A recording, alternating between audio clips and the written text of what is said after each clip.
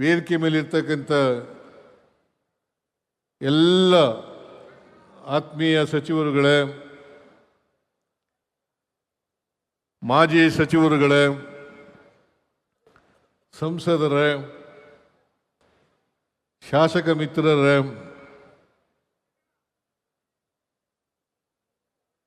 ಕೆಪಿಸಿಸಿಯ ಎಲ್ಲ ಪದಾಧಿಕಾರಿಗಳೇ,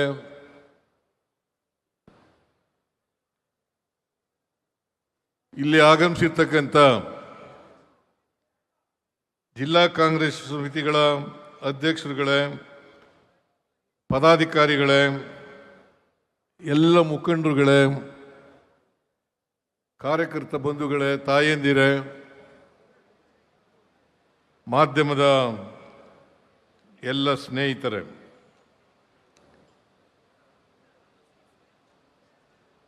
ಇದು ಒಂದು ಮಹತ್ವದ ದಿನ. ಇವತ್ತು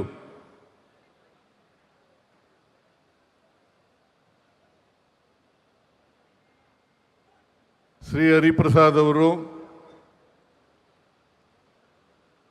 ನೂತನವಾಗಿ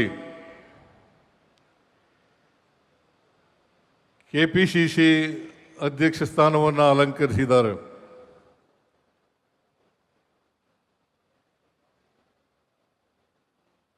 ಇಲ್ಲಿವರೆಗೆ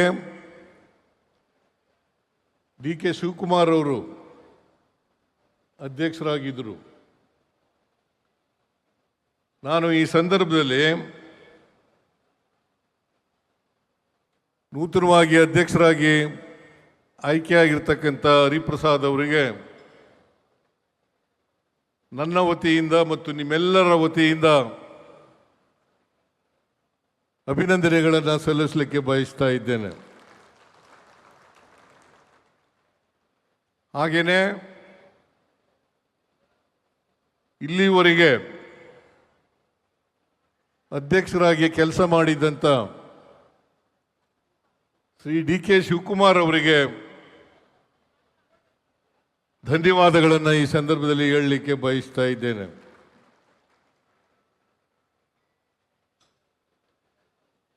ನಾನು ಡಿ ಕೆ ಶಿವಕುಮಾರ್ ಅವರು, ನಾನು ಈ ರಾಜ್ಯದ ವಿರೋಧ ಪಕ್ಷದ ನಾಯಕನಾಗಿ ಮತ್ತು ರಾಜ್ಯದ ಮುಖ್ಯಮಂತ್ರಿಯಾಗಿ, ಅವರು ಅಧ್ಯಕ್ಷರಾಗಿ ಮತ್ತು ಉಪಮುಖ್ಯಮಂತ್ರಿಯಾಗಿ ಈ ರಾಜ್ಯವನ್ನು ಅಭಿವೃದ್ಧಿಪಡಿಸ್ತಕ್ಕಂಥ ಕೆಲಸವನ್ನು ನಾವು ಮಾಡಿದ್ದೇವೆ. ರಾಜ್ಯದ ಪ್ರಣಾಳಿಕೆಯಲ್ಲಿ ಕೊಟ್ಟಿದ್ದಂಥ ಭರವಸೆಗಳನ್ನು ಈಡೇರಿಸ್ತಕ್ಕಂಥ ಪ್ರಾಮಾಣಿಕ ಪ್ರಯತ್ನವನ್ನು ಮಾಡಿದ್ದೇವೆ.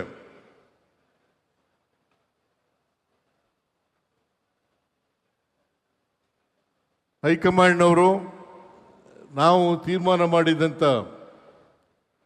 5 ಗ್ಯಾರಂಟಿ ಯೋಜನೆಗಳನ್ನು ಜಾರಿ ಮಾಡಿದ್ದೇವೆ. ಕಳೆದ 3 ವರ್ಷದಿಂದ 1,40,000ಕ್ಕೂ ಹೆಚ್ಚು ಕೋಟಿ ರೂಪಾಯಿಗಳನ್ನು ಗ್ಯಾರಂಟಿ ಯೋಜನೆಗಳಿಗೆ ಖರ್ಚು ಮಾಡಿದ್ದೀವಿ.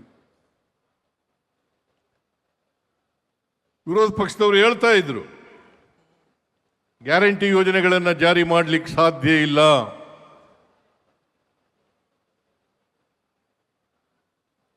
ಪ್ರಧಾನಮಂತ್ರಿಗಳಾದಂಥ ನರೇಂದ್ರ ಮೋದಿಯವರ ಆದಿಯಾಗಿ ಕರ್ನಾಟಕದ ವಿರೋಧ ಪಕ್ಷದವರು ಇದನ್ನು ಜಾರಿ ಮಾಡಿದರೆ ಖಜಾನೆ ಖಾಲಿ ಆಗ್ತದೆ, ಅಭಿವೃದ್ಧಿ ಕೆಲಸಗಳಿಗೆ ದುಡ್ಡಿರಲ್ಲ ಅಂತೇಳಿ ಟೀಕೆಯನ್ನು ಮಾಡ್ತಾ ಇದ್ರು. ನಾವು ಯಾವ ಟೀಕೆಗಳಿಗೂ ಕೂಡ ಸೊಪ್ಪಾಕದೇನೆ ನಾವು ಪ್ರಣಾಳಿಕೆಯಲ್ಲಿ ಘೋಷಣೆ ಮಾಡಿರ್ತಕ್ಕಂಥ ಎಲ್ಲ ಗ್ಯಾರಂಟಿಗಳನ್ನು, ಭರವಸೆಗಳನ್ನು ಈಡೇರಿಸ್ತಕ್ಕಂಥ ಪ್ರಾಮಾಣಿಕ ಪ್ರಯತ್ನವನ್ನು ಮಾಡಿದ್ದೇವೆ. ಇದಕ್ಕೆ ಡಿ ಕೆ ಶಿವಕುಮಾರ್ ಅವರು ಕೂಡ ಅಧ್ಯಕ್ಷರಾಗಿ ಹೆಗಲಿಗೆ ಹೆಗಲು ಕೊಟ್ಟು ದುಡಿದಿದ್ದಾರೆ ಅಂತಕ್ಕಂಥ ಮಾತುಗಳನ್ನು ಈ ಸಂದರ್ಭದಲ್ಲಿ ಹೇಳಲಿಕ್ಕೆ ಬಯಸ್ತಾ ಇದ್ದೇನೆ. ನಾವು ಅನೇಕ ಹೋರಾಟಗಳನ್ನು ಮಾಡಿ ಪಕ್ಷವನ್ನು ಸಂಘಟನೆ ಮಾಡಿ 2023ರಲ್ಲಿ ಶಿವಕುಮಾರ್ ಅವರು ಅಧ್ಯಕ್ಷರಾಗಿ, ನಾನು ವಿರೋಧ ಪಕ್ಷದ ನಾಯಕನಾಗಿ 136 ಸ್ಥಾನಗಳನ್ನು ಗೆದ್ದಿದ್ದು. ಇದು ಬರೀ ನಮ್ಮಿಬ್ಬರ ಗೆಲುವಲ್ಲ, ನಿಮ್ಮೆಲ್ಲರ ಪ್ರಯತ್ನದಿಂದ ನಾವು ಅಧಿಕಾರಕ್ಕೆ ಬರಲಿಕ್ಕೆ ಸಾಧ್ಯ ಆಯಿತು ಅಂತಕ್ಕಂಥ ಮಾತುಗಳನ್ನು ಈ ಸಂದರ್ಭದಲ್ಲಿ ಹೇಳಲಿಕ್ಕೆ ಬಯಸ್ತಾ ಇದ್ದೇನೆ. ಇಲ್ಲಿ ಕೂತಿರ್ತಕ್ಕಂಥ ಎಲ್ಲ ನಾಯಕರುಗಳು, ಕಾರ್ಯಕರ್ತ ಬಂಧುಗಳು ಇವೆಲ್ಲ ಮಾಡಲಿಕ್ಕೆ ಸಾಧ್ಯ ಆಯಿತು. ಇವತ್ತು ಹರಿಪ್ರಸಾದ್ ಅವರನ್ನು ಅಧ್ಯಕ್ಷರನ್ನಾಗಿ ನೇಮಕ ಮಾಡಿದಂಥ ಸೋನಿಯಾ ಗಾಂಧಿ ಅವರಿಗೆ, ಮಲ್ಲಿಕಾರ್ಜುನ ಖರ್ಗೆ ಅವರಿಗೆ, ರಾಹುಲ್ ಗಾಂಧಿ ಅವರಿಗೆ, ಪ್ರಿಯಾಂಕಾ ಗಾಂಧಿ ಅವರಿಗೆ,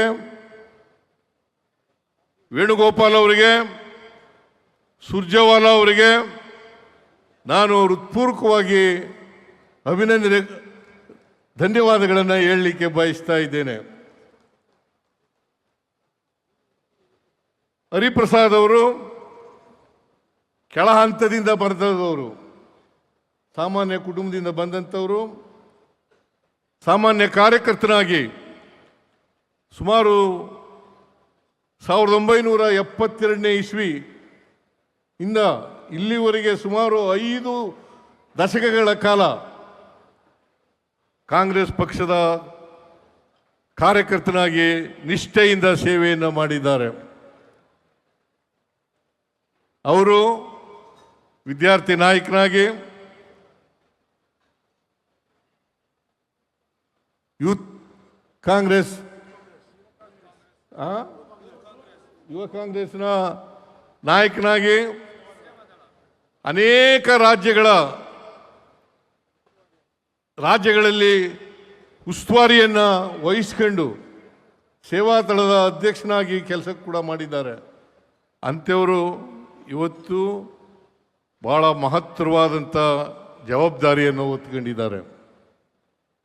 ಆ ಜವಾಬ್ದಾರಿಯನ್ನು ಒತ್ಕೋಬೇಕಾದ್ರೆ ಅವರು ನಿಷ್ಠೆ, ಸಿದ್ಧಾಂತಕ್ಕೆ ಬದ್ಧತೆ, ಕಾಂಗ್ರೆಸ್ ಕಾರ್ಯಕರ್ತನಾಗಿ ಅನೇಕ ಸ್ಥಾನಗಳಲ್ಲಿ ಕೆಲಸ ಮಾಡಿದರ ಪರಿಣಾಮವಾಗಿ ಇವತ್ತು ಇಷ್ಟೊಂದು ಎತ್ತರಕ್ಕೆ ಬೆಳೀಲಿಕ್ಕೆ ಸಾಧ್ಯ ಆಗಿದೆ. ಅವರಿಗೆ ಮತ್ತೊಮ್ಮೆ ಅಭಿನಂದನೆಗಳನ್ನು ಸಲ್ಲಿಸಲಿಕ್ಕೆ ಬಯಸ್ತಾ ಇದ್ದೇನೆ. ನನಗೆ ವಿಶ್ವಾಸ ಇದೆ,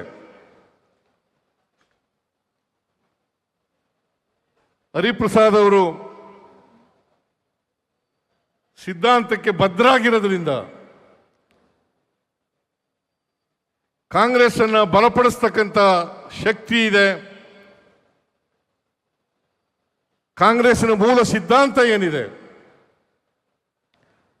ಸಂವಿಧಾನದ ಆಶಯಗಳೇನಿದ್ದಾವೆ, ಅವುಗಳನ್ನು ಜಾರಿ ಮಾಡ್ತಕ್ಕಂಥ ಪ್ರಯತ್ನವನ್ನು ಮಾಡ್ತಾರೆ ಅಂತಕ್ಕಂಥ ಸಂಪೂರ್ಣ ವಿಶ್ವಾಸ, ನಂಬಿಕೆ ನನಗಿದೆ ಅಂತಕ್ಕಂಥ ಮಾತುಗಳನ್ನು ಈ ಸಂದರ್ಭದಲ್ಲಿ ಹೇಳಲಿಕ್ಕೆ ಬಯಸ್ತಾ ಇದ್ದೇನೆ. ಇವತ್ತು 1914ರಲ್ಲಿ ಬಿಜೆಪಿ ಅಧಿಕಾರಕ್ಕೆ ಬಂತು. ಅವರು ಅಧಿಕಾರಕ್ಕೆ ಬಂದ ಮೇಲೆ 12 ವರ್ಷಗಳಲ್ಲಿ ಈ ದೇಶದ ಬಹುತ್ವ ಏನಿದೆ ಅದನ್ನು ಹಾಳು ಮಾಡ್ತಕ್ಕಂಥ ಪ್ರಯತ್ನವನ್ನು ಮಾಡಿದ್ದಾರೆ.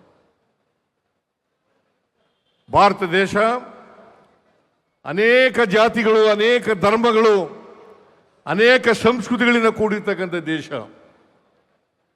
ಈ ದೇಶದಲ್ಲಿ ನಾವು ಬಹುತ್ವವನ್ನು ಕಾಪಾಡ್ಕೊಳ್ತಕ್ಕಂಥದ್ದು, ಅದಕ್ಕೆ ಗೌರವವನ್ನು ಕೊಡ್ತಕ್ಕಂಥದ್ದು ಅತ್ಯಂತ ಅವಶ್ಯ ಅಂತಕ್ಕಂಥ ಮಾತುಗಳನ್ನು ಹೇಳಲಿಕ್ಕೆ ಬಯಸ್ತಾ ಇದ್ದೇನೆ. ಭಾರತೀಯ ಜನತಾ ಪಕ್ಷದವರು ಧರ್ಮದ ಹೆಸರಿನಲ್ಲಿ, ಜಾತಿ ಹೆಸರಿನಲ್ಲಿ, ಸಂಸ್ಕೃತಿ ಹೆಸರಿನಲ್ಲಿ ದೇಶವನ್ನ ಒಡೆಯತಕ್ಕಂಥ ಪ್ರಯತ್ನವನ್ನು ಮಾಡ್ತಾ ಇದ್ದಾರೆ. ಇದು ಒಂದು ಸವಾಲು, ಹರಿಪ್ರಸಾದ್ ಅವರಿಗೆ ಸವಾಲು, ನಮ್ಮ ಕಾರ್ಯಕರ್ತರಿಗೆ ಸವಾಲು. ಅನೇಕ ಜನ ನಮ್ಮ ಕಾರ್ಯಕರ್ತರುಗಳು ಕಾಂಗ್ರೆಸ್ಸಿನ ಇತಿಹಾಸ ಗೊತ್ತಿಲ್ಲದೆ ಇರತಕ್ಕಂಥದ್ದು,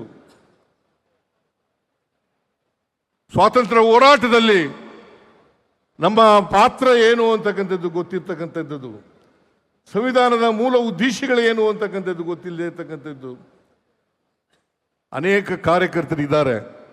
ನಾನು ಇವತ್ತು ನಮ್ಮ ಕಾರ್ಯಕರ್ತರಲ್ಲಿ ಮನವಿ ಮಾಡ್ತಕ್ಕಂಥದ್ದು ಏನಪ್ಪ ಅಂತಂದ್ರೆ, ಹರಿಪ್ರಸಾದ್ ಅವರ ಜೊತೆಯಲ್ಲಿ ನಿಲ್ಲಬೇಕು. ನೀವು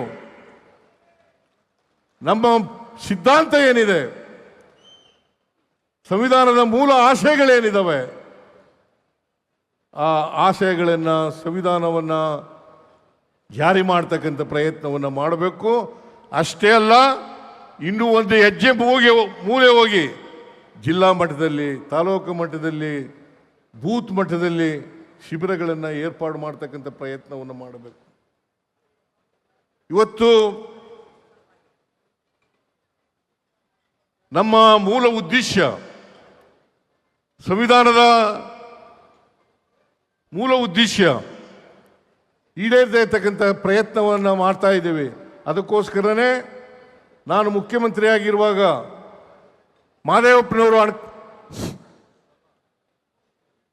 ಮಾದೇವಪ್ಪನವರು ಸಮಾಜ ಕಲ್ಯಾಣ ಮಂತ್ರಿಯಾಗಿ ಅನೇಕ ಸಂವಿಧಾನದ ಪ್ರಿಯಾಂಬಲ್ ಅನ್ನು ಓದಿಸ್ತಕ್ಕಂಥ ವಿದ್ಯಾರ್ಥಿಗಳಿಗೆ ಕೆಲಸವನ್ನು ಮಾಡೋದು.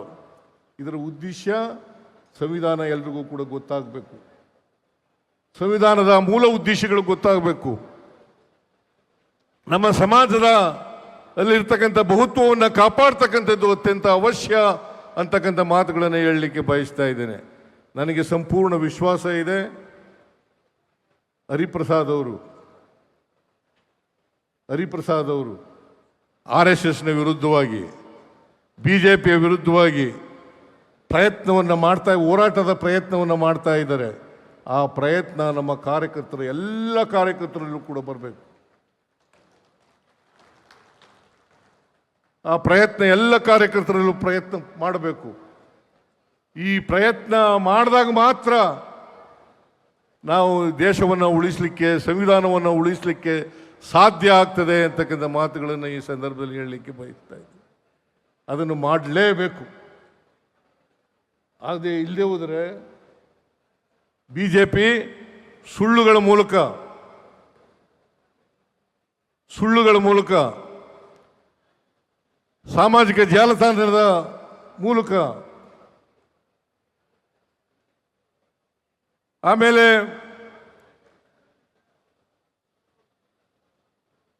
ಈ ಸುಳ್ಳುಗಳನ್ನು ಹರಡಿ ಜನರನ್ನು ದಾರಿ ತಪ್ಪಿಸ್ತಕ್ಕಂಥ ಕೆಲಸವನ್ನು ಮಾಡ್ತಾರೆ.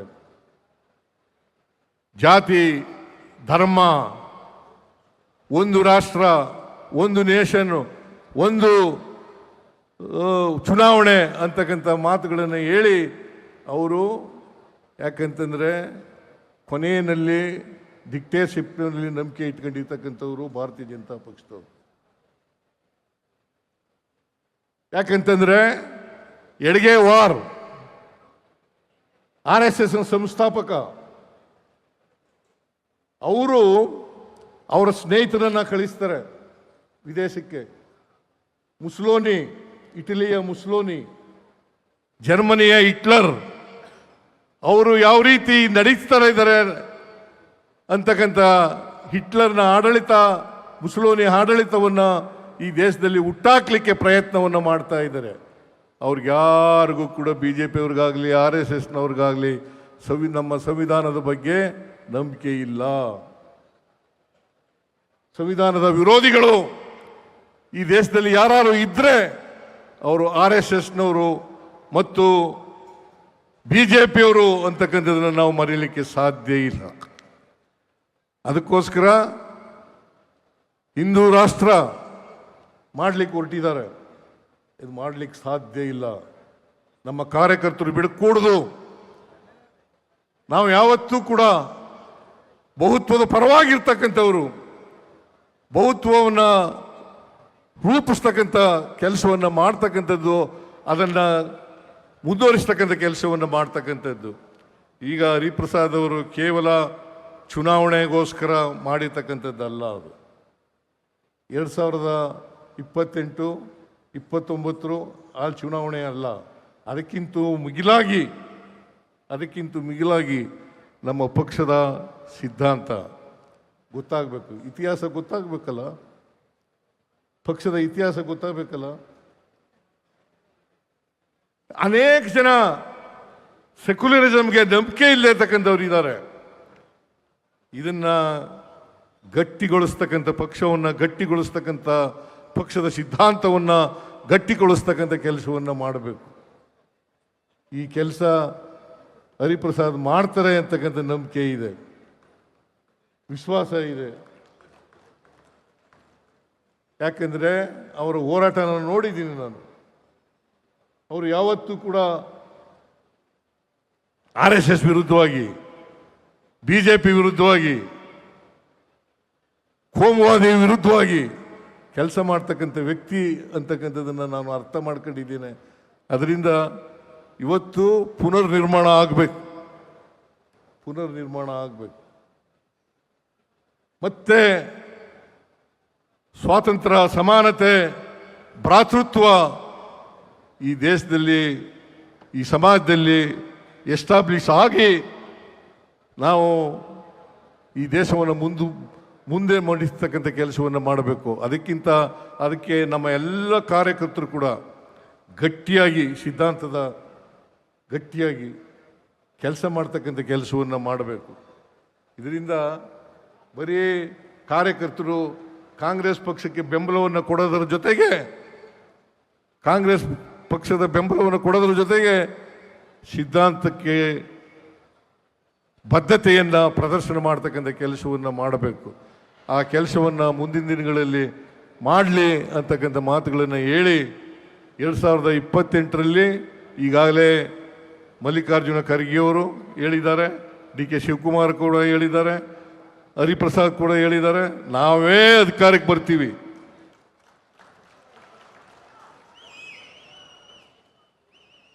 ನಮ್ಮ ಗ್ಯಾರಂಟಿ ಯೋಜನೆಗಳು ಜನರನ್ನು ತಲುಪಿದ್ದಾವೆ, ಜನರು ಖುಷಿಯಾಗಿದ್ದಾರೆ. ಈಗ ಕರ್ನಾಟಕದಲ್ಲಿ 5 ಉಪಚುನಾವಣೆಗಳು ನಡೆದವು. 5 ಉಪಚುನಾವಣೆಗಳಲ್ಲಿ ನಾವು ಗೆಲ್ಲಬೇಕಾದ್ರೆ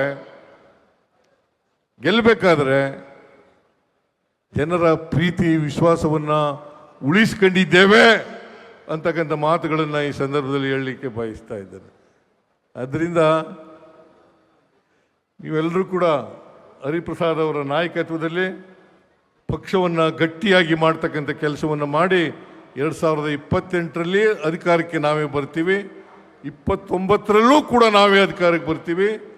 29ರಲ್ಲಿ ಅಧಿಕಾರಕ್ಕೆ ಬಂದು ರಾಹುಲ್ ಗಾಂಧಿ ಅವರನ್ನು ಪ್ರಧಾನಮಂತ್ರಿಯನ್ನಾಗಿ ಮಾಡ್ತಕ್ಕಂಥ ಸಂಕಲ್ಪವನ್ನು ನೀವೆಲ್ಲರೂ ಕೂಡ ಇಲ್ಲಿ ಮಾಡಬೇಕು ಅಂತಕ್ಕಂಥ ಮಾತುಗಳನ್ನು ಹೇಳಿ,